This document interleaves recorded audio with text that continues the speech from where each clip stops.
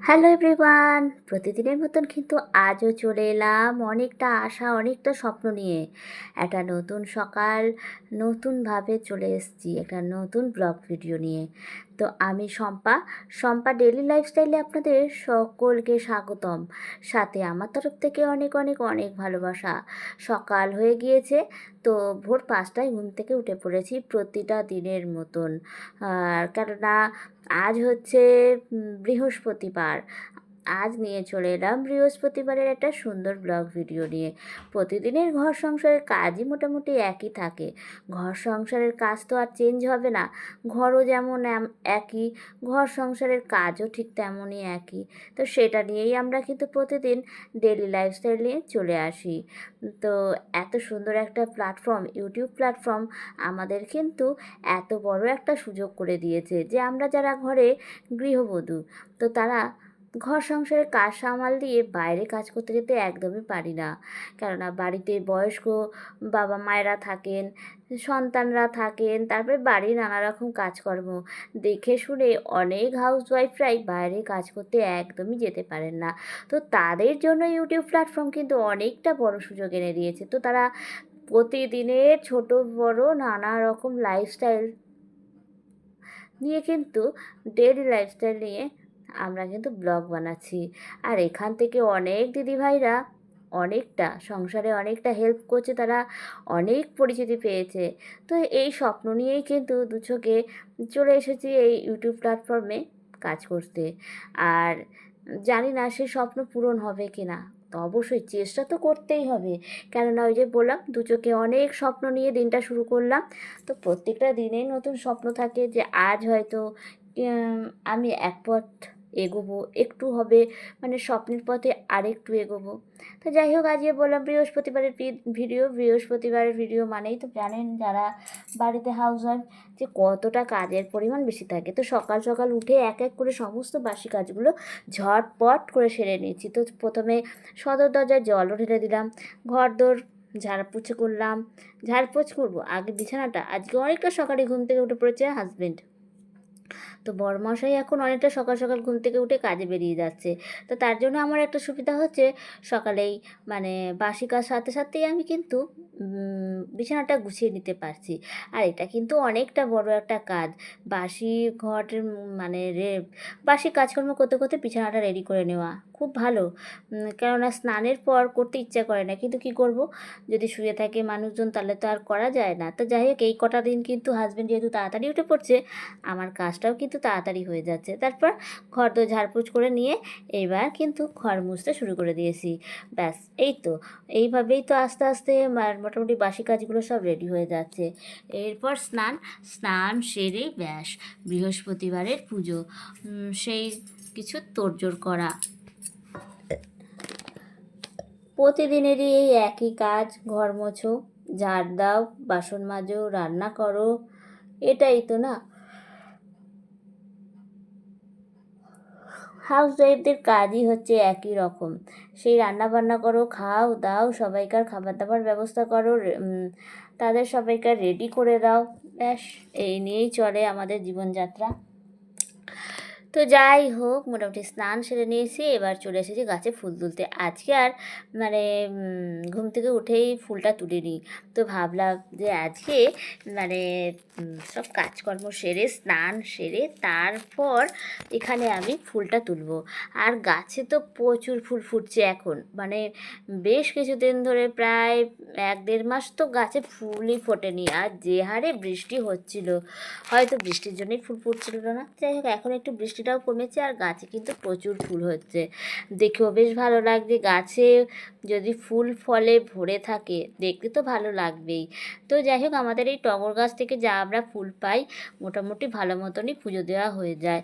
আর ওই যে যখন মায়ের বাড়ি যাই, মায়ের বাড়িতে আবার জবা গাছ রয়েছে, তো জবা ফুল নিয়ে আসি, মোটামুটি হয়ে যায়। কিন্তু রোজ তো আর যাওয়া হয় না, যখন যাই তখন আনি। মোটামুটি এই সময় মানে ফুলটা সেরকমভাবে কিনতে হয় না, কিনতে হয় ওই যে শীতকালে। শীতকালে তো গাছে ফুলই ফোটে না। তো যাই হোক, আজকে পুজো দিতে চলে এসেছি, মোটামুটি এখানে রেডি করে নিয়েছি ঘট পেতে। ঘটে সিঁদুরের ফোঁটা দিয়ে, আম পাতা, পান পাতা, সুপারি সব কিছু দিয়ে একদম আমি কিন্তু ঘট পেতে পুজো দিচ্ছি। আর এখানে সব ঠাকুরকে মালা পরিয়ে দিয়েছি আর ফুল দিয়ে সুন্দর করে, মানে সমস্ত কিছু আসনটাকে সুন্দর করে সাজিয়ে গুছিয়ে রেডি করে নিয়েছি।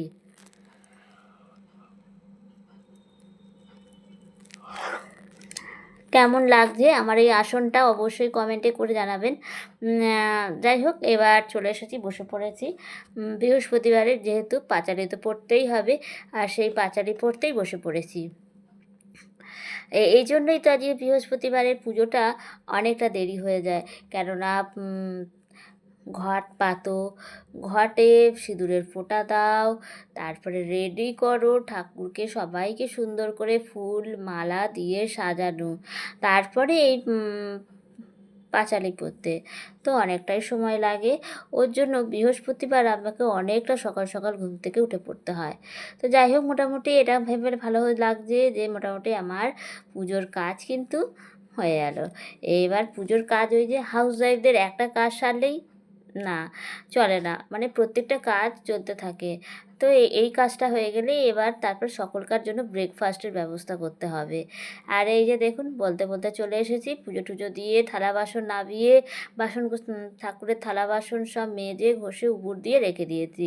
এবার চলে এসেছি ব্রেকফাস্ট করতে। তো আজকে বেশ কিছুদিন আগে শাশুড়ি মা বলেছিল ম্যাগি খাবে।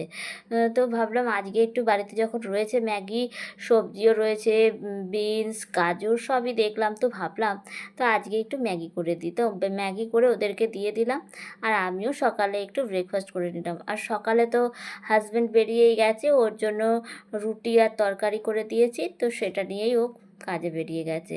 আর এটা শুধু আমাদের তিনজনের জন্য, শ্বশুরমশাই, শাশুড়ি মা আর আমার জন্য, তিনজনের জন্য ম্যাগিটা করে নিচ্ছি। যে যাই হোক, এটা খাওয়া দাওয়া করে নিতে হবে। খাওয়া দাওয়া করে এবার রান্নাবান্না তোড়জোড়, দেখা যাক আজকে কী কী রান্না করা যায়। বৃহস্পতিবার দেখি হাজব্যান্ড বলেছে মাছ পাঠাবে, আর যদি মাছ পাঠাতে অসুবিধা হয় তাহলে বলেছে একটু ডিম করে নিতে। এবার দেখা যাক, ওর ওপর নির্ভর করছে। যদি মাছ পাঠায় তাহলে অবশ্যই মাছ করব, আর যদি মাছ না পাঠায় তো ফ্রিজে তো রয়েইছে ডিম, তো ডিমের ঝোল করে নেব। আর তার সাথে কি করব দেখা যাক কি হয়। তাই এদিকে খেতে খেতে দেখছি একজনকে দিয়ে আমার হাজব্যান্ড আবার মাছ পাঠিয়েও দিয়েছে। তো আজকে জ্যান্ত বাটা মাছ পাঠিয়ে দিয়েছে। তো মাছটাকে ধুয়ে পরিষ্কার করে নুন হলুদ লাগিয়ে এবার আমি মাছগুলো ভেজে নিচ্ছি। তো 4 পিস এই বড় বড় সাইজের বাটা মাছ পাঠিয়েছে, তো আমাদের 4 জনের জন্য যথেষ্ট। একটা আলু দিয়ে টমেটো দিয়ে এমনি পাতলা করে ঝোল করব। কেননা বাটা মাছ তো এটা জ্যান্ত মাছ, বেশি মশলা দিলে বা কিছু ভালো লাগবে না। তো সবজি হাজব্যান্ড আমার শ্বশুরমশাই আবার সবজি দিয়ে মাছের ঝোল খেতে ভালোবাসে না, তো ওনার জন্য এই পাতলা করে আলু দিয়ে ঝোল করে দেবো। তারপর এখানে রান্নাবান্না, বাটা মাছের ঝোল তো করে ফেলেছি, আর এখানে বসিয়ে দিয়েছি, আজকে করছি মোচা। তো মোচার ঘন্ট করব ছোলা দিয়ে, আর সেটাই এখন বসাচ্ছি। মশলা টশলা সব রেডি করে নিয়েছি। মোচা করতে কিন্তু অনেকটা টাইম লাগে, প্রচুর টাইম লাগে, কিন্তু হঠাৎ করেই হাজব্যান্ড বলল যে ঘরে যখন মোচা রয়েছে, ছোলা ভেজানো আছে, তুমি মোচার তরকারিটা করো, আর বাটা মাছ পাঠিয়েছি আর বাটা মাছটা করে ফেলো। নাহলে আজকে কচু শাক করার কথা ছিল।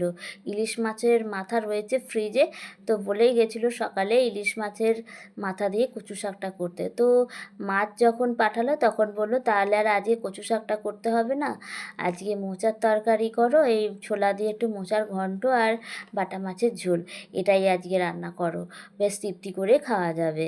তো সেরকমই করছি। আর এদিকে আমি মোচার তরকারিটাকে, মানে মশলাটাকে ভালো করে কষিয়ে নিচ্ছি। রান্না যত কষাবে ততই তো তার টেস্ট ভালো হবে, তাই না?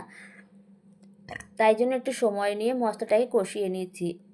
আর মোচার তরকারি খেতে কিন্তু বেশ ভালোই লাগে, আর আমার হাতে আমি যতবারই খেয়েছি দেখেছি যে মোচার তরকারি বেশ ভালোই হয় স্বাদ। দেখা যাক আজকে কেমন হয়।